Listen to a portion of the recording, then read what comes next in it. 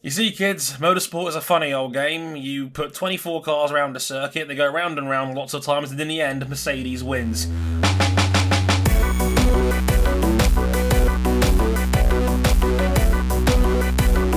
Hi everybody, I'm Andre Harrison. Welcome to episode 291 of Motorsport 101, as joined, as ever, by our esteemed co-host, Mr. RJ O'Connell. Hello, sir. The amount of crypto propaganda that's been propagating all my timelines in the last few weeks is terrifying. I don't know what to think about it. I don't know why people are bidding hundreds of thousands of dollars for 10-second NBA clips that they turned into non-fungible tokens. I wasn't even aware that fungible was a word to describe something. That is new to me. That is definitely new to me.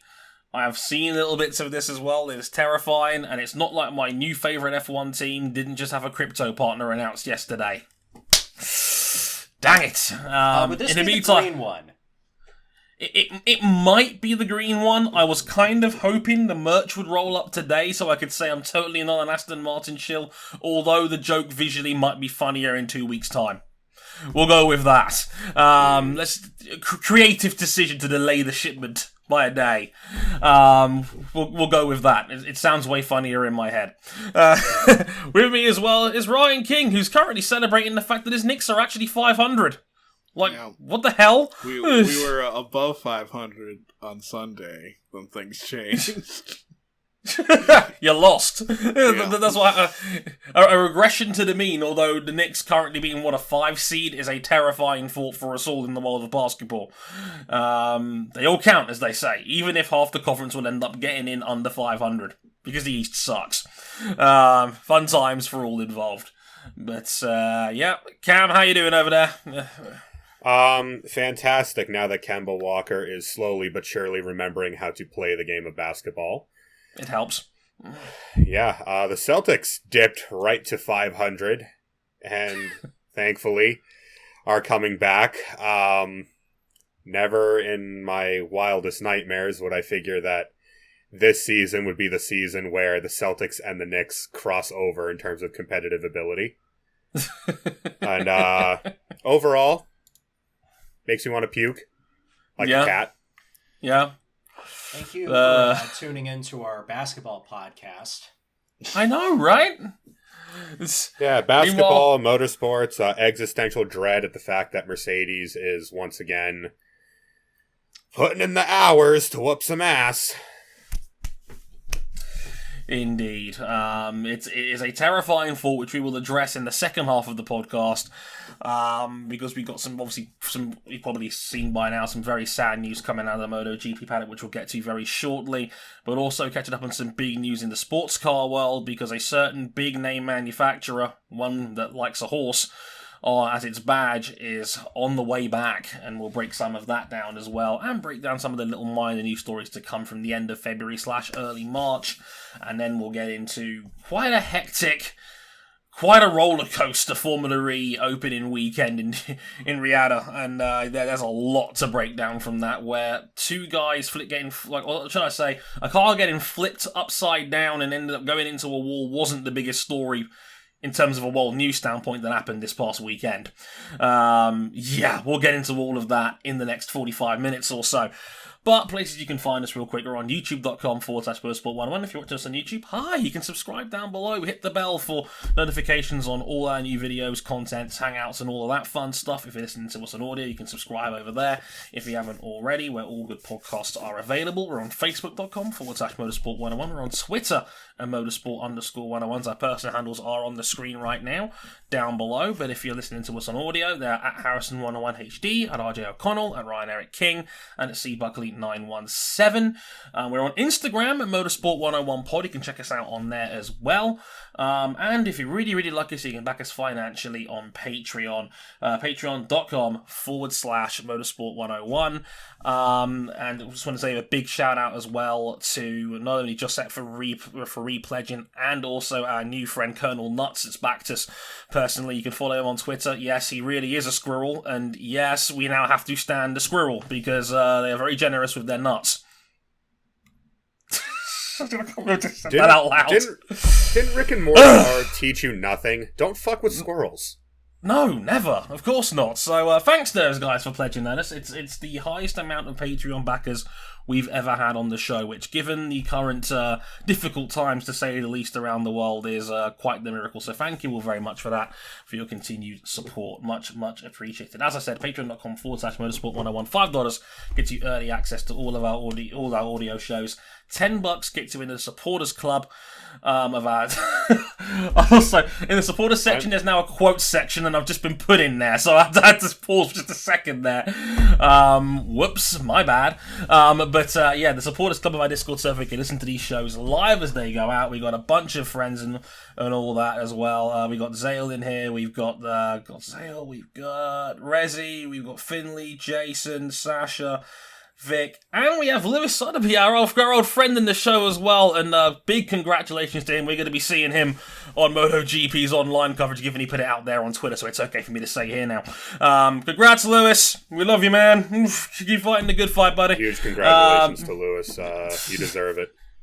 Yeah, do not shit your bricks. You're going to ace it, my friend. We're not jealous at all over here. Get in there, son. Brilliant work, my man. Brilliant work. We can't wait to see you on there. Without further ado, after this quick musical break, we'll be back to talk about the news. The motor racing world lost Fausto Gresini on February 23rd.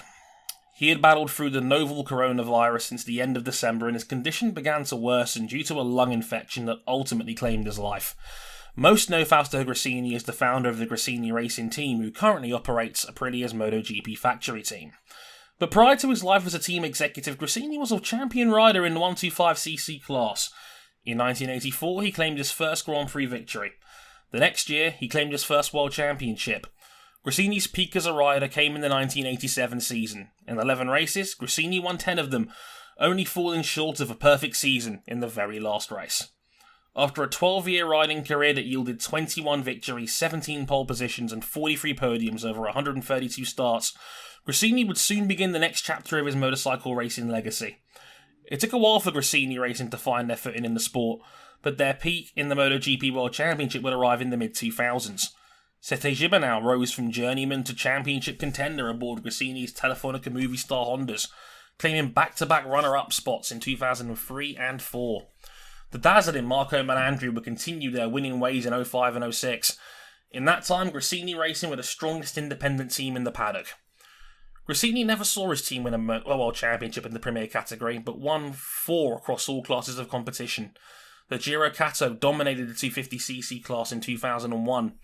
Unlikely underdog winner Tony Elias was the first Moto2 champion in 2010. Jorge Martin became a Moto3 World Champion in 2018, the foundation of what could turn out to be an exceptional career. Gresini's team even made history when Matteo Ferrari became the first ever Moto E World Cup winner in 2019. Gresini and his team had to overcome not one but 2 unthinkable tragedies in the modern era. Kato, the most sensational Japanese rider to emerge of a generation, would perish days after a crash in his home round in Suzuka in 2003. Marco Simoncelli, the brazen and charismatic Italian rider, was on the cusp of a MotoGP breakthrough in his second season, but Simoncelli would also lose his life in a race at Sepang in 2011. Heartbroken and on the verge of leaving the sporting grief, Gresini and his team pressed forward, continuing their racing activities, and in 2015 becoming a factory squad for the very first time. Motorsport 101 would like to extend our condolences to the Gresini family and to everyone who's been impacted by him during his life. Now, I want to give full credit to RJ for writing that. I just made it sound fancy, but he summed it up better than I ever could. And very, very important figure in motorcycle racing, in independent bike racing. And I mean, look, if you celebrate just how incredibly competitive MotoGP is now, and seeing the fact that, you know, in the last 5 years, independents have gotten to the point where they can now challenge for titles, challenge for race wins, and be competitive. The heartbeat of that came from Gresini, because we saw him do that with people like Sete Gibernau 15 years ago, and that's something that it's hard to fathom when we had a block of it just being orange and blue at the top for years and years and years. And yeah, to have Gresini be that thorn in the side, that guy that could go out and build a phenomenal racing team and take many a great rider to victories, was very, very impressive indeed. And like I said, one of the real beating hearts of a very tight-knit paddock in GP races. It's very much like a family. They were the privateer soul of the grid for many a year, and Fausto Grassini was an integral part of this. You know, we know how competitive MotoGP is, but the paddock is a family all the way through, and it's strange not having him here now. It's extremely strange, and it's also a heartbreaking reminder of the times we live in right now. I mean, you don't think about COVID-19 so much day to day until it affects someone that you recognize or someone you know. And it's not just a minor inconvenience. This is real. Yeah. And irrespective of age, of position in the world, the resources you may have, it could take you. It could take someone who you care very deeply about. And we are by no means out of the woods yet. Indeed. You know, your level of optimism may vary, but this is still a very real thing. Let's not forget Grassini was 60. You know, this has had a disproportionate effect on the older community. And yeah, it's a heartbreaking reminder of just how difficult it can be in the midst of a pandemic. And it's just a crippling blow. Like I said, one of the real heart and soul members of the paddock, and has been for over 30 years of his life. And you know, the team will soldier on. They've got some fantastic talent underneath them still, and I'm sure they'll be racing with very heavy hearts, but the name will carry on, and I'm sure it will carry on in great style and at the front of the field where they belong, like Fausto did, leading the charge for many a decade. So one more time, as mentioned in and a very accomplished rider in his own right. 21 Grand Prix victories, 17 pole positions in relatively few starts, 132. Yeah, it's not a lot. That's a damn solid career. Indeed. Rest in power, Fausto, and from all of us here and to all those affected by his loss, we wish him the very best. And awful news. I also wanted to mention, I know I didn't put it in the set list, but we also lost World Rally Champion Hannu Mikkola on the 26th. He passed away of cancer at the age of 78. 18 WRC victories spanning 1974 to 1987, and of course the 1983 World Rally Champion driving for Audi in the legendary Quattro A1 and A2. It's been a sad week, man. We've lost two very important people in the sports. Two legends of their respective eras. I agree. Yeah. Indeed. Awful weekend, but as motorsport finds a way, we race on, and yes. Now, just so you know, news-wise, we are saving the F1 car launches for our season preview in a couple of weeks' time. So if we don't mention your favourite team's new livery, there's good reason for that. Check back in a couple of weeks' time. But in the interim, we did get a very, very big piece of news coming out of Ferrari.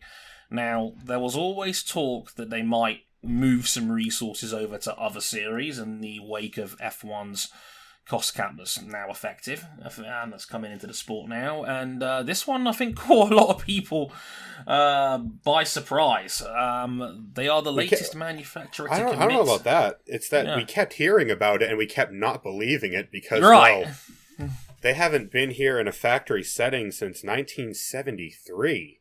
Right. So, but Ferrari, the Scuderia themselves in a factory program, are coming back to Le Mans in the top class, entering a Le Mans hypercar for 2023. It's not just an F1 quit threat to try and get more leverage. They're actually doing it. Right. Because for them, this is a better way than letting people go. At the end of the day, they said this themselves. I mean, they were flirting with the possibility of maybe an IndyCar supplier for power units, given their new hybrid era coming soon. But this is massive. I mean, it's yet another exciting name to add to the list of hypercar entries. Something that brings it up to we already have had Toyota, Peugeot, Alpine entering a grandfathered LMP1 and potentially building a hypercar for the new regulations, and Redacted, who we'll get to in a few minutes because I don't know. They blocked me on Twitter. I don't know if I'm allowed to say his name anymore. They blocked a lot of people on Twitter. They blocked a lot of people. They said a lot of mean things. We'll talk to them a little later. But this is exciting. This is exciting. As I said, Ferrari has not entered a factory program in the top class at Le Mans since 1973, where they finished runner-up. They've been gone for a very long time, but we forget Ferrari were once, by a country mile, the most dominant company at Le Mans. I believe 9 overall victories, their last coming in 1965, before obviously Ford's battle with them, Porsche's battle with them, and then Matra, when they left at the end of 73 to focus on their Formula One efforts. Yeah, and like one of the things that I think I talked about in the show before that I was happy about seeing a cost cap in Formula One is that it would force these big factory outfits to either downsize or use those resources elsewhere. Especially, with motorsport right now where it's hard for people to find seats. Well, drivers to find seats. It creates opportunities for more people to go racing. Absolutely. This is going to be a godsend for Ferrari or Ferrari adjacent drivers who may not have a long lifespan in F1, who may be academy drivers that might find themselves roadblocked on a road to F1. Maybe former Ferrari guys who always had that level of talent but could just never break through. I think that would be very, very good for them. And, of course, now they're already angling to try and get Charles Leclerc to run Le Mans. And Charles has openly said that he wants to, that he likes the idea. And I think, first of all, it's just Ferrari entering a factory program in a top-level motor. That's just cool. Yeah. Right? They're a huge name. Obviously, they back it up with enormous budget and development talent behind them. Not that you'd tell from last year's season in F1. But, yeah. And it bolsters an already strong grid. And it gives the opportunity for drivers in F1 to potentially branch out into other forms of motorsport like they did in days gone past. Yeah, look, anything that provides an alternate path on that road is ultimately a good thing as far as I'm concerned. We are a driver-focused sport in terms of personalities and emotional investments. I'm glad more than ever more and more drivers are realizing that there is more to life than Formula One, and they can be viable big names in other series. And like I've spoken to many American journalists about how IndyCar feels like an all-star game this year for a series, given the mix of talent coming in from NASCAR, from F1, from supercars over across the pond. It's fascinating to see how they're all going to mesh and intertwine. And the same extends to sports cars. I mean, it's hard not to be excited about half a dozen, factory manufacturers coming back to race at Le Mans again in the top flight. And let's be honest, Ferrari is on another level. It's Ferrari. They are the sexy brand. It's like you can talk about Porsche and Toyota and all that, but Ferrari will always raise people's eyebrows more than most. And that's it. Now we're gonna have the 3 winningest brands in Le Mans history, being Porsche, Audi, and Ferrari, all competing on the same track together. Just think, in 2023, we'll all have our COVID vaccines, our Fauci ouchies, if you will. Racing circuits, including Circuit of Sarthe, will be at least partially open. And some of us that can afford to travel to Le Mans to see Porsche, Ferrari, and Audi compete against one another for the same overall honors and similar specs of cars, they're going to witness something special. I just hope that those times will come. Of course, one manufacturer that won't be taking part in that is Mazda. We learned this a couple weeks ago that Mazda's not pursuing any prototype activities beyond the end of this season, which is it felt like the writing was on the wall when they downsized to one car. I wanted to see the LM55 VGT come to Hypercar. Dang it! No, that car is cursed. That car is blessed. Yeah, Mazda have always been just sort of there in IMSA, hamstrung by their partner team for quite a long time with Speed Source, who did not handle the transition from GT to prototype well at all. And even as they comprehensively rebuilt this program, redesigned their car, aligned themselves with Multimatic, and have a wealth of talent behind the wheel, they, other than maybe a couple wins a year, they've never been able to really break through. And when you learn about what happened this year at Daytona, where they almost had to keep the car turned down for 20 of the 24 hours, they had multiple bodywork failures. It just feels like this program was always on borrowed time. It's a shame. They have beautiful cars. They have a wealth of really good drivers.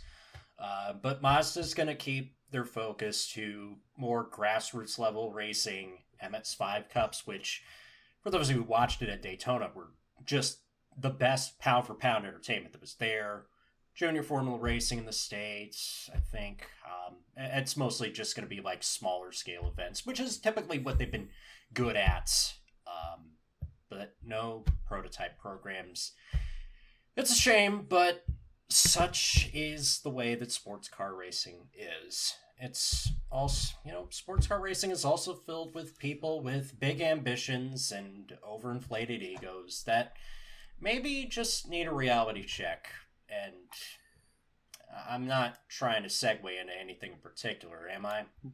No. Oh, man. So I want to start with a disclaimer. The opinions expressed on this show by myself or any of my friends, my co-hosts, are not necessarily those of any publications that I so happen to contribute to. Gotcha. Anyway. Scuderia Cameron Glickenhaus needs to log off. Yep. We're they talking. Need to find a different social media manager. Yeah, they need to find a social media manager. I was going to say, it's not that their social media manager is saying this, it's that Jim is saying this. We've heard plenty from the last few months about how LMDHs are just store-bought and branded LMP2s with barely any effort put in by the manufacturers, who just drop their engine in, stick a couple branding bits on the car, and go racing. And that is an insult to the purity and sanctity of sports car racing as a whole. Well, King. Yes. Would you tell our wonderful audience who builds Scuderia Cameron Glickenhaus's 007 Le Mans hypercar? Because it's not Glickenhaus. Yeah, it's not Glickenhaus. A very small engineering firm in the northwest of Italy called Podium Advanced Technologies, or they like to call themselves Podium Tech. They on their website admit to completely designing and building Scuderia Cameron Glickenhaus's entry in Le Mans hypercar, and also every Glickenhaus race car ever put into competition. Amazing. So, would you say that him claiming that an outsourced racing car is impure is throwing some mighty big stones from a glass house? Yes, it is absurdly hypocritical. Yeah. It's a boulder in that glass house. It's a big boulder. Look, I spoke about this at length in the Mulsanne's Corner Facebook group. Is a crew of wonderful people who are very passionate about sports car racing, both historic and current. I just want prototype racing to be healthy. Yep. I wanted to have manufacturer entries. I wanted to have privateer entries. I want it to be competitive. I want it to have plenty of races. I want it to be sustainable. And LMDH's formula, alongside Le Mans Hypercar formula, are very integral to that. Right. It's a very important few years coming up for sports car racing of what do we want it to be? What can it be? Where is the line between going a little bit too far and overextending ourselves?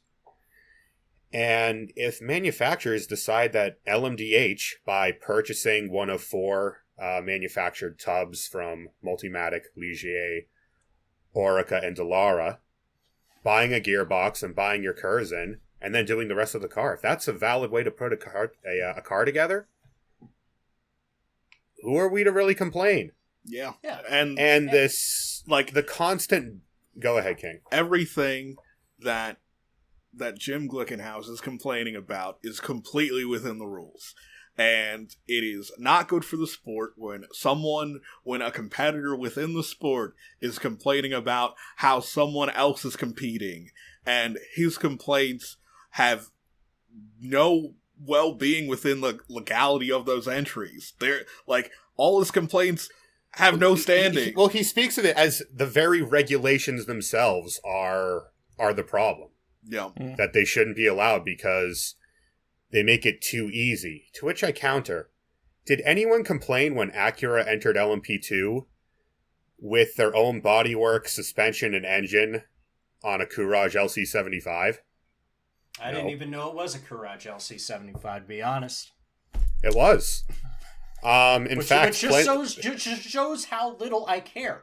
Look, it's not inherently wrong that some D-movie filmmaker has enough money to amass a car collection and then wants to go build, or at least have someone help build him, top-class prototype cars. It's not inherently wrong that a privateer wants to go race against manufacturers in the new Le Mans Hypercar, LMDH Hypercar. Yeah, I like the biggest issue with Jim's comments is that what he wants effectively is to cleave the prototype field by 2/3.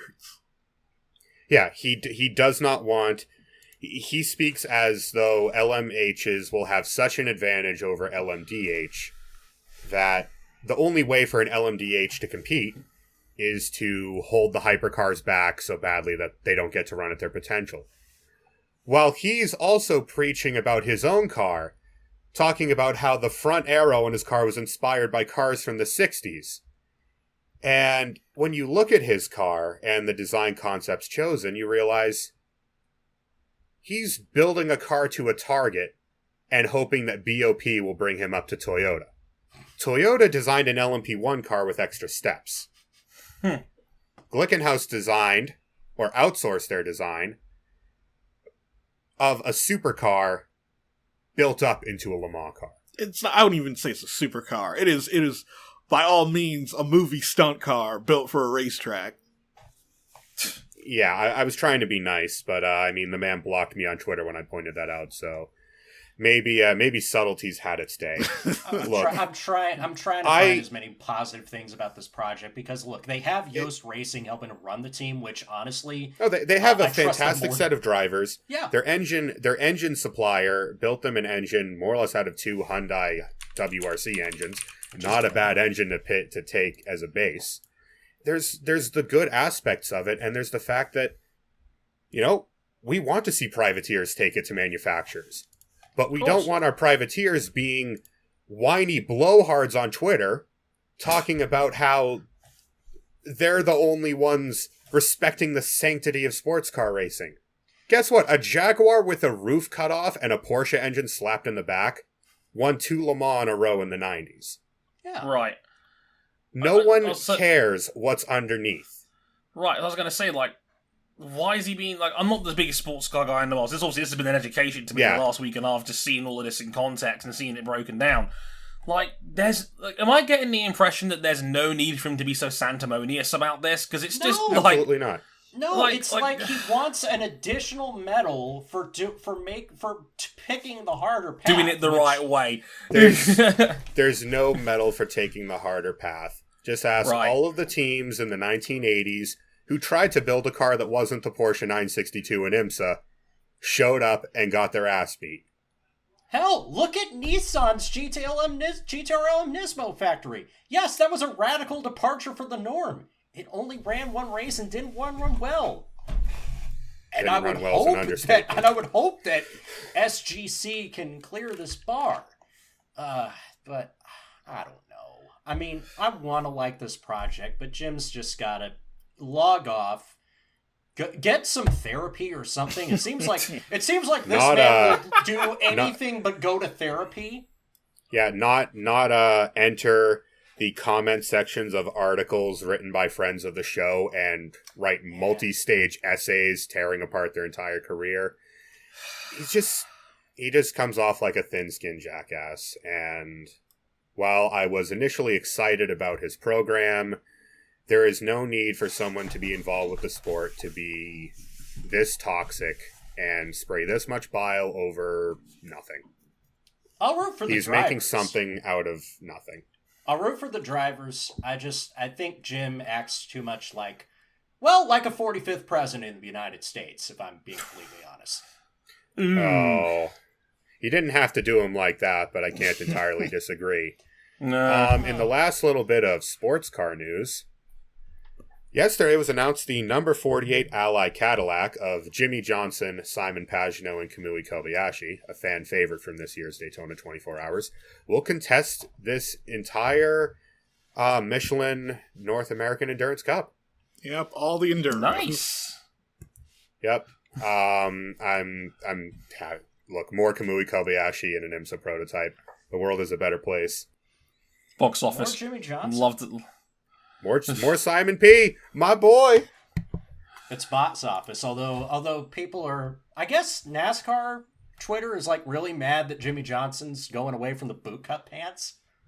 Yeah, I did see that. NASCAR was real mad about this. Like it was Kyle Busch was angry on Maine over this. Kyle Busch is always angry on Maine over everything, like this included.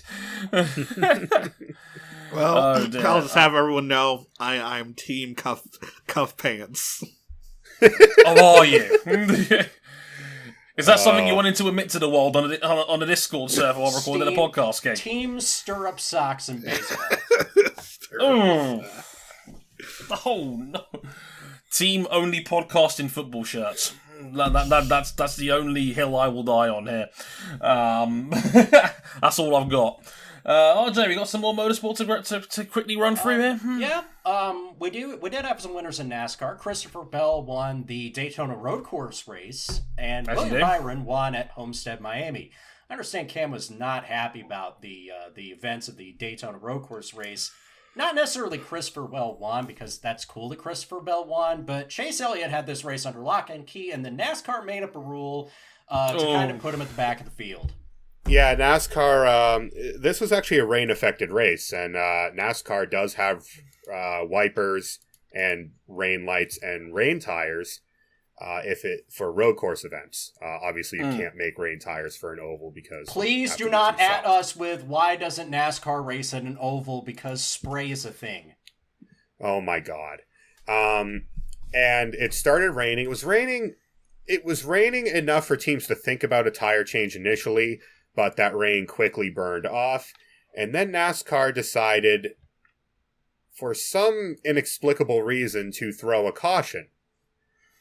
We learned that there was a rule in place where, in the event of a weather change, NASCAR will throw a caution to give their teams a chance to change onto wet weather tires. Only for none of the teams involved in this race to put on wet weather tires, effectively only making this a competition caution to bunch the field back up. I was watching this live. I was watching this live, and for those who have been following this show for a while, I am not a NASCAR person. Everyone in here knows that I'm not a NASCAR person. I thought I'd make a special effort to watch this Daytona Road Course race. I saw that, and I immediately started slamming my face against my own desk, because I'm like, wait, what do you mean that, okay, let's make me explaining this, right? Strategical changes while green flag racing is interesting. because you have that conscious decision on your mind as to whether to change for wet tyres or not, and the sacrifices that come with that. That's interesting. Taking the interesting element away by putting a caution flag out kills the excitement, no matter which way you slice it. You have to remember, NASCAR actively attempts to kill all strategic ability out of all of these races. It's the reason why stages exist, to more or less kill fuel mileage races. They want the race to be decided wheel to wheel. Wheel to wheel, hardcore, bumper rubbing to the line. Strategic decisions and tire changes to cost the driver who was by and large the best driver on the day, Chase Elliott, I'm not going to say surefire win because Christopher Bell was shadowing him, but those two were miles ahead of the field. Yeah. It just feels like another, either a rule they made up on the fly or an arbitrary rule that only exists to dumb the sport down. Yeah, and look, no sport should be dumbed down to that level. Like it was actually a fascinating moment in that race that could have potentially led to some interesting strategies. Obviously, that's not how it would have played out anyway, but with the fact that you were denied of the chance, I think is just silly beyond all means. There's much more intrigue in a race than necessarily, just having a big finish at the end. Something we'll probably talk about a bit more in about 10 minutes' time when we talk about Formula E, because a lot of that also boiled down to intrigue, but more on that briefly. Yeah. Also, quickly run these out. Oyt Tanak won the Arctic Rally. Sebastian Ogier had 2 monumental crashes. Santa Claus was there. Santa Claus gave out the trophies. Santa Claus, clearly a big rally racing fan. I love that they had signature graphics to say Santa Claus was handing out the winner's trophy, and they said, resident of the land. And I'm just like, they just knocked on their door and thought, hey Santa, you want to, I know it's quite a long off season for you. Do you mind handing out some rally trophies? And he was like, yeah, sure, why not? Getting big Nicky Lauda elderly fan vibes. Right. And in between his crashes, Sebastian Ogier casually 13.2 seconds up at one of the stages. Someone want to tell him he's an old man retiring at the end of this year? I don't think he's realized. No. And Shane Van Gisbergen swept the Mount Panorama 500. At Bathurst. The Bathurst. The placeholder event for the Adelaide 500s that we're not going to have for a while, if at all, or the Bathurst 12 Hours that we're not having this year. 2 races. Van Gisbergen won them both. It's a whole new era without Scotty McLaughlin around.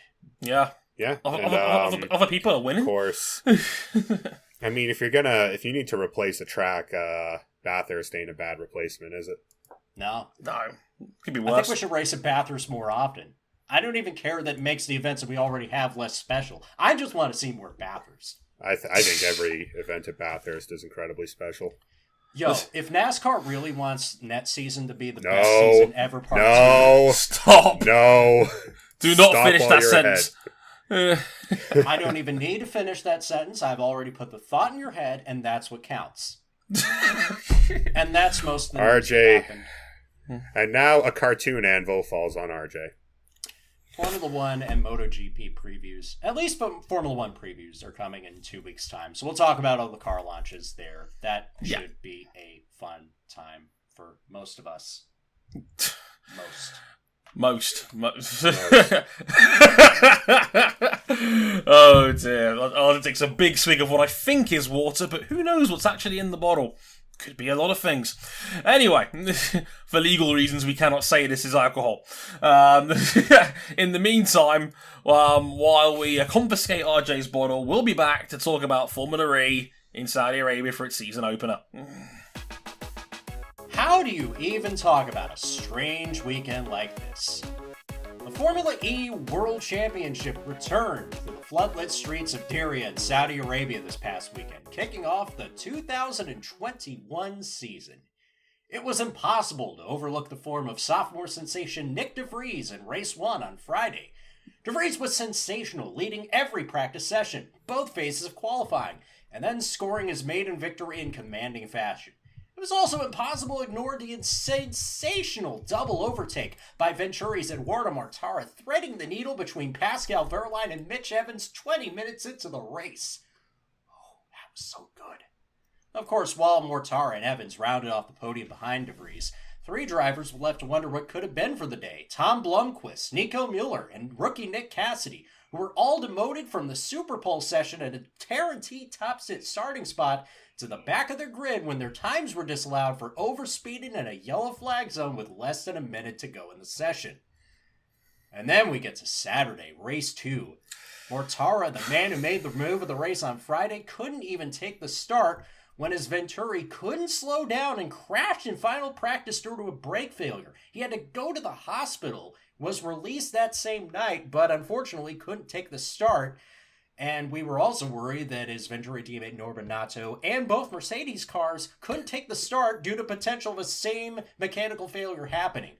And then to close out race 2, we were all very, very worried about Mahindra driver Alexander Lynn, who, when his car launched off the back of Mitch Evans, landed upside down and skidded at unabated speed into the Tech Pro barriers, where shortly thereafter he was taken to hospital. Lynn, thankfully, was not seriously hurt after the incident that ultimately stopped the race with minutes remaining, while many people were left to worry what happened, as the incident was never caught on television cameras and was only released days after.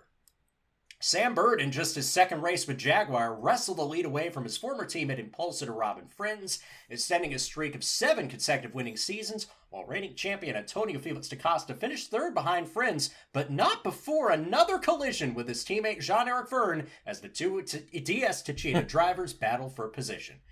And just to close out this weird weekend of electric racing, just as the fireworks were going off above the circuit of race 2 on Saturday, a drone carrying improvised explosives that may have been aimed at the circuit was intercepted. And penalties! Lots of penalties for drivers not taking attack mode in a race that was neutralized with 10 minutes left. I believe there was 8 post-race penalties after race 2. For various infractions.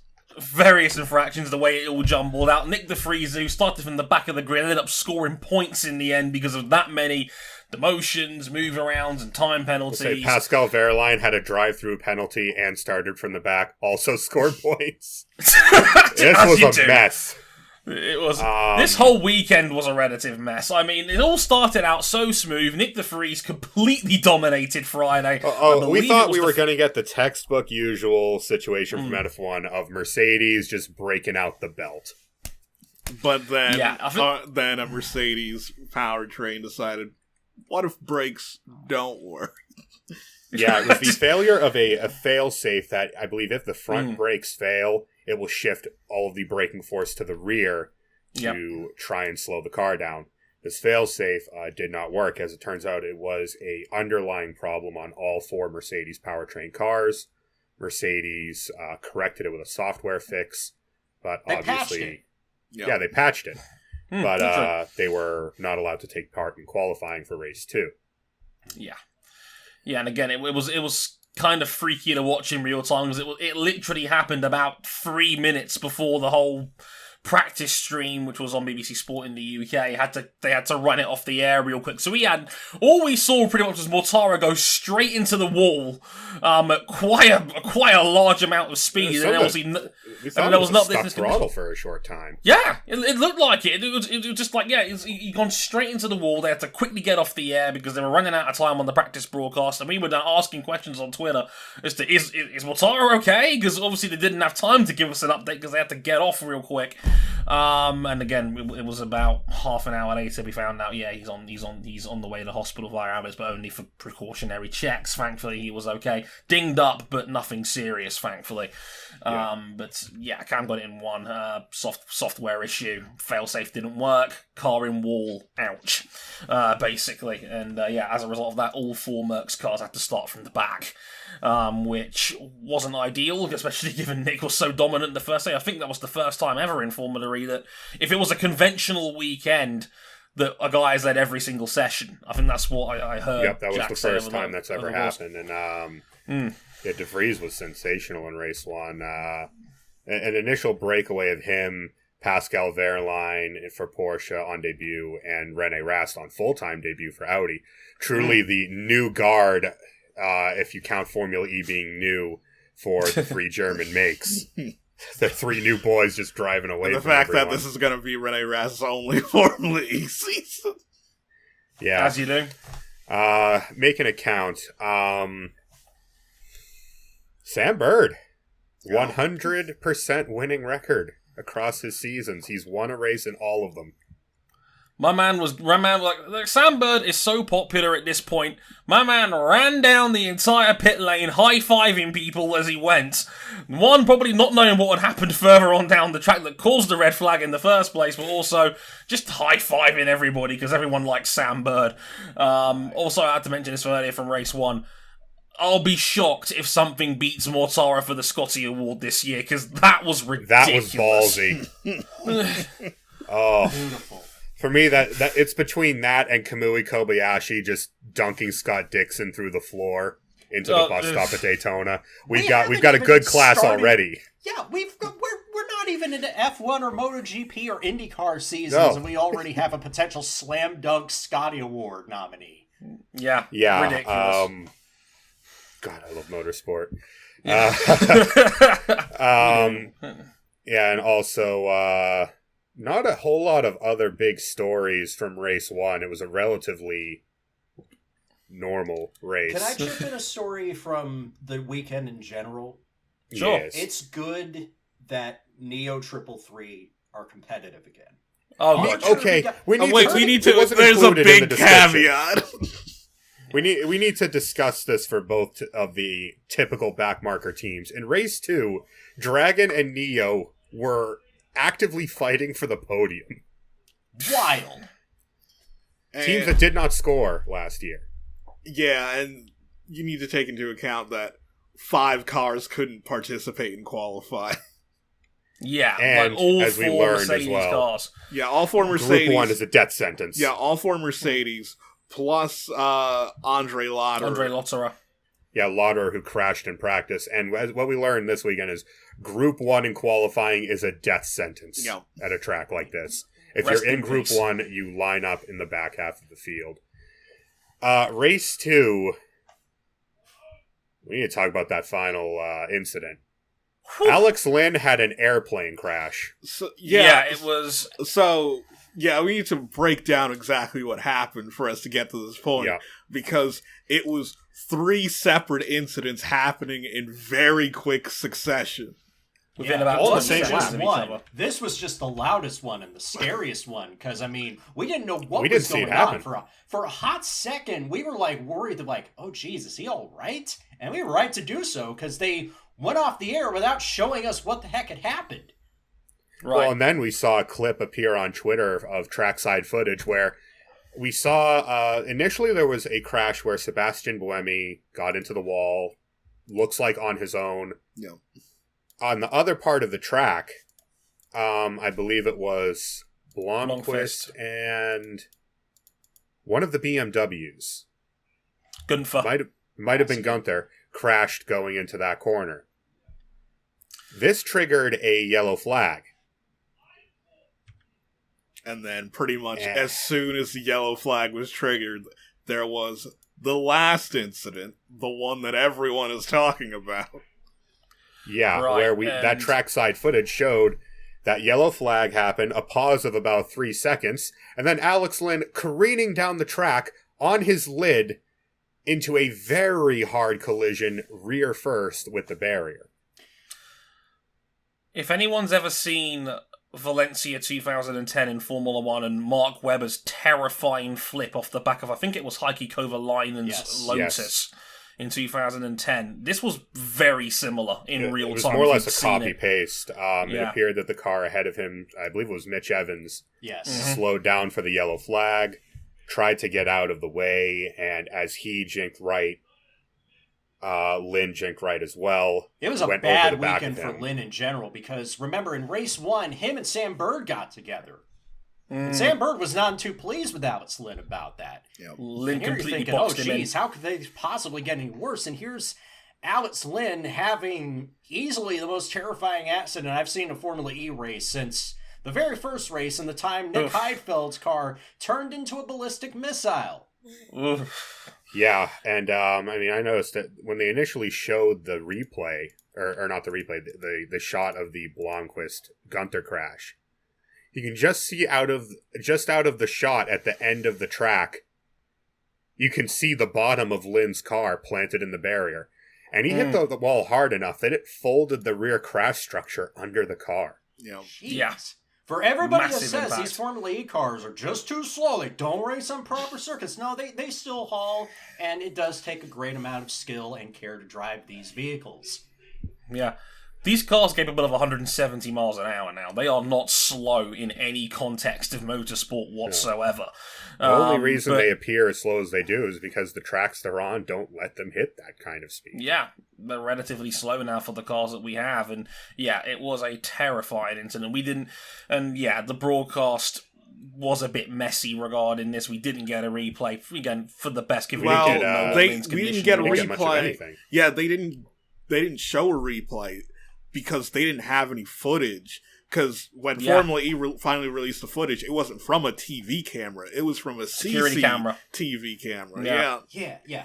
I was going to say, though, I read somewhere that, as far as, the onboards go, once you fall out of the top 10, they just shut off your camera. They only have so many cameras to broadcast at a time. Yeah. Didn't know that. No, it was a terrifying incident. Again, I'm giving the series the benefit of the doubt that they wouldn't have probably just carried on as normal if they'd have known Lynn was in serious trouble. Thankfully, and this is, again, a bit of this is something that probably won't get talked about as much, but it probably should. Mitch Evans immediately stopped his car and raced over to check that Lynn was okay. An incredibly noble and human act from Mitch that... straight out of the 80s. Where back in those days where one accident could still very well be your last. He actually had a chat with Lynn before going in the ambulance. Thankfully, Lynn was completely fine, but again, thankfully it's a crash that looked a whole lot worse than it actually was, and took him to hospital for observation. Ended up being 100% fine. As was everyone involved in the various crashes that ended the race. And then in our server member Crisis posted in here that there was a bomb threat at least in the area, if not necessarily directed at the track. Yeah. We initially brushed this off, only to find out that yeah, kinda. Yeah, we got a little extra zest in the fireworks show. Yeah, I dug into it, and then it quickly became clear that Riyadh airspace was shut down to civilian traffic, and they were grounding all flights, diverting flights into Riyadh. And I'm like, oh, that's weird. Why is that happening? Next thing you know, there's local news outlets saying, a drone with improvised explosives attached to it was intercepted as it was attempting to approach the circuit. And again, we're talking about in terms of aviation, it was close, but it was at least 10 miles out still. Yeah, 10, 12 miles was what the reports were saying. Thankfully, of course, nobody affected in the Grand Prix area and whatnot. In fact, if anything, we were getting reports that everybody at Formula E just carried on as normal. You wouldn't have even known, basically. But just quite an eyebrow-raising news report to read in the half an hour or so after the race had finished. We're already all emotionally tense after Alex Lynn's injury, and then thinking, oh, is Lynn okay? And then we just found out that he was okay, and then 20 minutes later we're getting the report that, oh, there might have been a bomb threat, as you do. It was a tense evening, to say the least. Thankfully, everybody came out of this weekend in one piece, and we had some big ones. So thankfully, everybody was okay.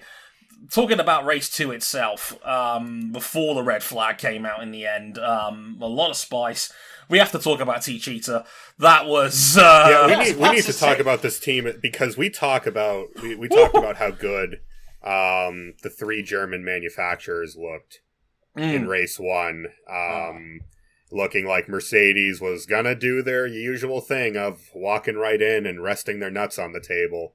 Then they Diaz to Cheetah is still running last year's car, and by all accounts, were it not for the clash between their two teammates, could have very easily won this race 1-2. Yeah. It feels weird to think that, like, you know, here these teammates have a clash, and, like, of, like, the 3 weirdest things that happened this weekend, it doesn't even it doesn't even factor in for consideration, although it's just like another one of those. Yeah, like, that's why I said, like, in terms of Neo and Dragon being competitive, like, they really are, because both Tachitas just blew past them like they weren't even there. Yeah. When it mattered, they blew past them quite easily. Look, they're in Group 4 for race 2.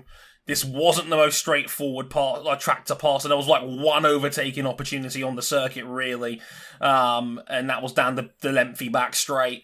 They did very well to hold on as long as they did, and via the demotions and time penalties ended up with pretty good results. I think Turvey scored points in both races. Oliver Turvey has more points in this weekend than he did in the last 2 seasons. Yep. Exactly. That's awesome. Neo, I don't this care is the how best, he got there. This is the best Neo has ever looked. Like, their performance on Saturday was awesome. You can't deny that. But in terms of the long-term prospects of this team, this is not going to happen every Saturday. No, but it's great that it happened at all, even if it was just for one weekend. And look, hey, there was potential for Nico Mueller to double up his points because he got demoted out of race 1 Super Pole. Yep. Same with Tom Blomqvist. Yeah, and Sergio Sete Camera was plugging away in there really well in the top 5 for pretty much the entirety of the flag race was on the go. Doing some great stuff wheel to wheel. He certainly has it behind the wheel. I'm just thinking right now, like this and the next race is like they're the opportunity to run away while Diaz Techeetah gets their new powertrain ready, and that was not achieved. No. And you need as big a lead as you can get when you're dealing with these guys. Even if we almost had, like, you know what it is? It's like a pro wrestling storyline where they almost teased the big heel turn, and it's not quite happened yet. It's like we're maybe one incident away, because we were close in race 2. That was about as... We were a couple of inches away from total and complete disaster. Yeah, it was a big PR job from Vern and DaCosta after that race. Like, Vern was like, we got to talk like gentlemen in the back. Oh, no, DaCosta was like, look, I always put my hands up when I am responsible for an incident. No, you don't. It's like, you don't. They're getting chirpy now, and then Vern had to be all diplomatic. Vern was like, no, we're going to go into the back, we're going to talk this over, we're going to talk about the leadership of the team going forward, which is already kind of biased given that Vern owns half of it. Though admittedly, it was DaCosta who almost sent both Vern and himself into a Tech Pro barrier. Right, he's right. Yeah. Like, you know, it was DaCosta that was by far the greater aggressor in all of this, and DaCosta's pretty much always been that guy. Like, you know, he's always gone the extra mile for those sorts of incidents. We seen it, to quote Twitter. So I'm actually amazed that Vern hasn't either he hasn't clocked and he's totally naive, or he has clocked and he's being as diplomatic as possible. Because we are like this close to an implosion. I'm surprised that like more people didn't see this coming. I was surprised when people mentioned us on Twitter saying, "Oh, you guys called it." I'm like, did no one else see this happen? So easy, dude. It's like not calling Hamilton versus Rosberg in Spa. It was gonna happen. Hang on. This is the level of difficulty in this prediction. I'm going to drop my phone and it's going to land on the ground.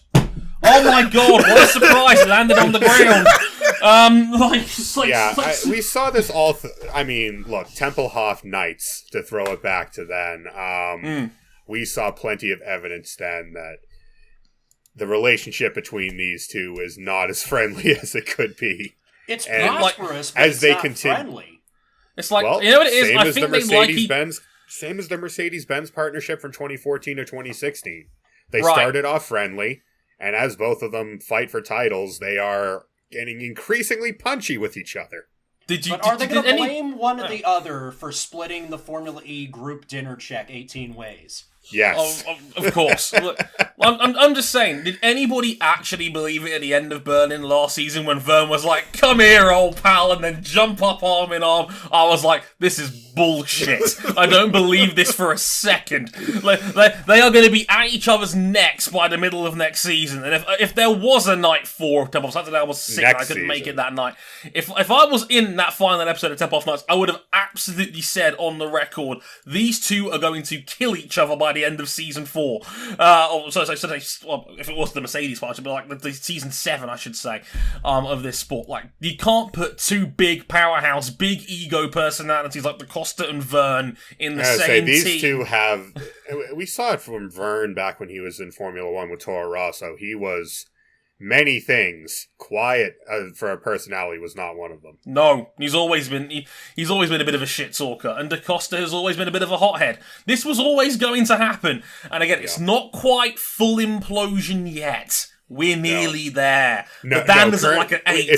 It's a powder keg, and the building is on fire, and it's in the one room that's not on fire. Okay. Yeah, it's like that door can't hold forever. Though I think we need to mention kind of the biggest deciding factor on who scored and didn't score points in race 2, the second attack mode. Well, yeah, it heavily affected one Jean-Eric Verne, who got his podium stripped. Yeah, Verne finished third on the road. I went back and did the digging on this because I was writing a script for a video about it. I rewatched it. There was 11 minutes to go when the full course yellow came out. Now, the rules are now, a new rule for this season, you cannot activate an attack mode under a full course yellow or a safety car. Yeah. That is obviously for obvious reasons. You're having cars overtake you behind a safety car. That's silly and it shouldn't be happening. You can't get overtaken behind the safety car. So people, you can take your attack mode with no track position. Yeah, with no track position loss. Right. Sorry. I could confuse myself there. Yeah, you're absolutely right. You're basically removing the risk of using an attack mode under green flag conditions. So obviously the tactical advantage of taking an attack mode under a safety car is obvious. So that rule was scrapped. There's also another minor caveat. I mean, that means you've now got to leave 4 minutes between both attack modes being used on track during a green flag. So again, they've changed the rule book to stop people taking advantage of said rule. The full course yellow came out of 11 minutes to go in the race. Now, the race ultimately would end, as it was under that yellow, full course yellow, then the safety car, then the red flag came out of about 4 minutes left. We knew it wasn't going to be restarted. They called the result right there and then because of the barrier damage that happened to Lynn's car. 18 of the drivers in the race had taken both attack modes before that safety car came out. But yet, people were mad as hell that Verne lost that podium online. People were blowing up on this. Because I was just like that Blomqvist and Cassidy and Miller got dropped out of Superpole when they could have red flagged it instead of ending that session under a local yellow. Yeah, because with the attack mode, everyone knew what the optimum strategy was, where you just evenly distribute it across the race. It's a 45-minute race. You have to do attack mode twice, so you take it at the 15.5 hour mark. And Verne played with fire, and he lost. Yeah, you leave a certain level of risk, leaving your second attack mode, or either of your attack modes, that late into the race, where if the yellow comes out, you might be SOL.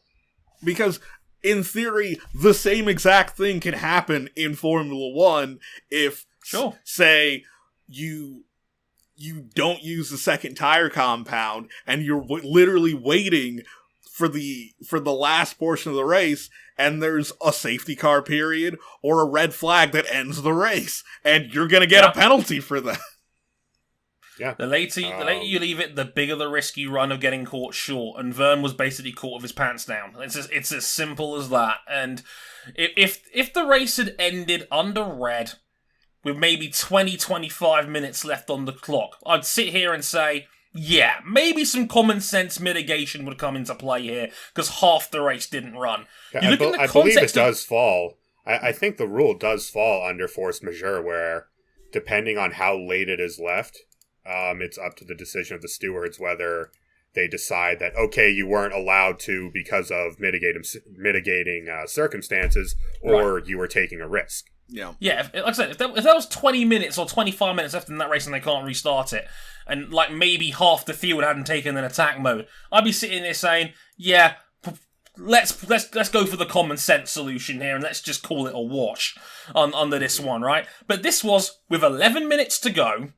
There was still a quarter of the race left, and in the context of the race, pretty much everybody that was still running in that Grand Prix had taken their second attack mode by then. Yeah. Like, I think the only guys that hadn't was, like, Blomqvist, Rast, and I think, obviously, Verne himself. Yeah, and it was fairly certain that if Verne had taken the attack mode at any point just before the yellow had come out, he would have lost his position to Costa.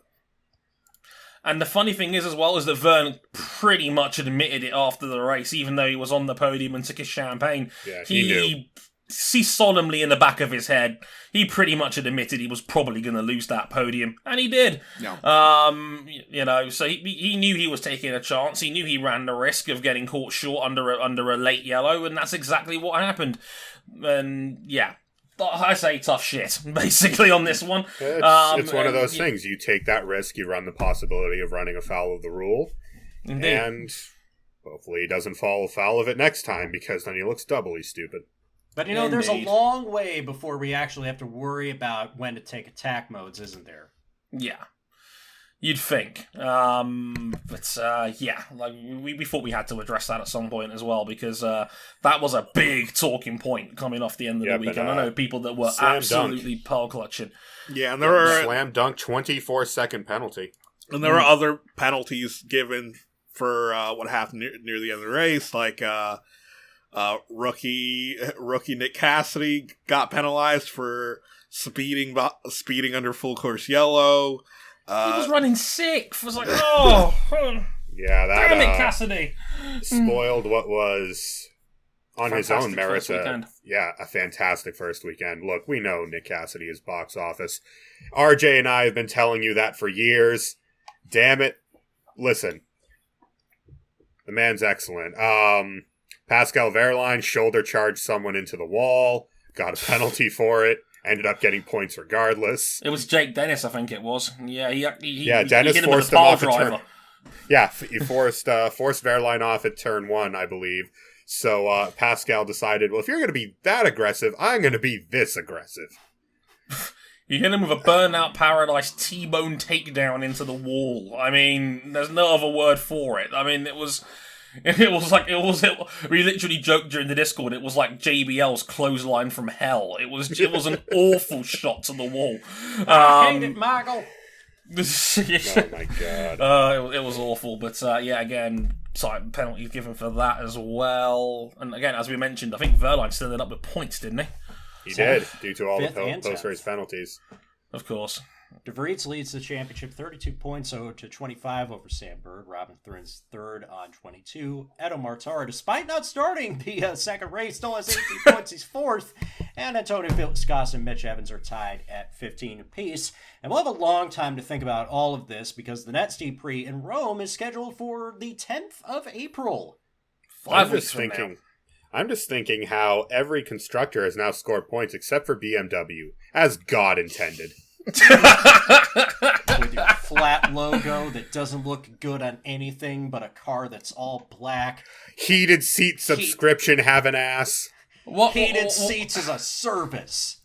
I'm going to go out on a limb here and say that, and I know this for a fact. Zoe is straight up not having a good time. Many people in this Discord server we record this show in there's a lot of hate for BMW in here. Not that I blame them, but let's just say they're not popular in these parts. It's more the BMW part. Look, I wake up every morning in a cold sweat, seeing the number 25 BMW just burn out, take down the number 79 Porsche off the fucking start at Daytona. Right. pain. It says it all when friend of the show, Zoe Hamilton, just puts in the chat, quote, pain dretty, which is hilarious to me. Oh, you think this is pain? Just imagine the IndyCar season coming up. More on that in April. But I think that'll just about do it for this week's show. We didn't run down the rest of the chapter. Oh, sorry, my bad. Yeah, Carter, carry on, please. By all means. Roland is 7th on 14 points. Rene Rast 8th on 13. Sergio Sette Camera 12th, 12 points. He's in 9th, and Pascal Verline with 11 points rounds out the top 10. Yeah, and as I said, the team titles, 11 of the 12 teams have already scored points. We're 2 rounds in. Formula E, everybody. Never a dull moment. And this was a hectic weekend, to say the least. They'll be back in the middle of April for Rome. Fingers crossed, of course. That'll just about do it for this week's episode. We'll be back in 2 weeks' time to talk for our Formula 1 season preview, because by that point, testing would have already happened. And we'll get into all the car launches, all delivery talks, all the inevitable bold predictions we'll end up coming out with by accident, and trying to figure out a fancy way of stretching out a way of saying Lewis Hamilton will win his 8th world title over the course of probably an hour and change. Good luck to us on that one, because that's going to be a challenge, but if anybody can do it, it's us, the guys that used to have 3-hour shows for fun. So, I feel like taking that one on. Alright, I'll be enjoying sitting in my corner of the church, slowly writing out my Sebring 12-hour preview. Well, the Monolith has already written a piece about Bottas 4.0. Oh, okay. I'm not going to hear any of this Bottas. I'm not hearing any of this Bottas NT Workstation 4.0 bullshit. Fuck that. No one is here for this. We are not doing this again. And I don't even blame Valtteri, because the man has to say something to make it look like he's a title challenge this year. Because he's not going to turn around and say, no, I'm just here to win a couple of rounds, make qualifying a bit spicy, okay. take that solid second. Save it for the season preview. Well, I'll save the rest for 2 weeks' time. We can always call an audible and preview MotoGP instead. No! We have to get this out of the way now. I can sum up MotoGP in one sentence. But I'm not gonna. We're waiting for the preview. Well, it'll be fun. It'll be season preview season, Formula 1 in 2 weeks' time, MotoGP in 3 weeks' time, and then IndyCar the week after that. It's going to be a season preview season, we like to call it here on Motorsport 101. A lot of previews, a lot of seasons. It's going to be fun. And thanks for King for stopping me from giving away the hot sauce 2 weeks early on a Valtteri Bottas preseason rant, which for me isn't even his fault. But we'll get into that in 2 weeks' time. Places you can find us one more time. We're on youtube.com/motorsport101. We're on facebook.com/motorsport101. We're on Twitter at motorsport_101. Handles on the screen down below at Harrison101HD, at RJ O'Connell, at Ryan Eric King, at CBuckley917. On Instagram as well, motorsport101pod. You can check us out on there as well. And Patreon, patreon.com/motorsport101. $5 gets you early access to all of our audio shows. You can upgrade to $10 for the video versions and access to the supporters club of our Discord, where you can listen to these episodes live as they're being recorded. Big thanks to my co-host as always. We'll be back in a couple of weeks' time to preview the 2021 Lewis Hamilton beatdown. Until then, I've been Andre Harrison, they've been RJ O'Connell, Ryan Eric King, and Cam Buckley. And until next time, thanks for listening. Sayonara. And remember to have some water. You have to have water if you want to be the champion. Yes, you do. Bye. I'll manage without. I'm getting the absinthe. I'm getting the Everclear. Clorox. My favorite.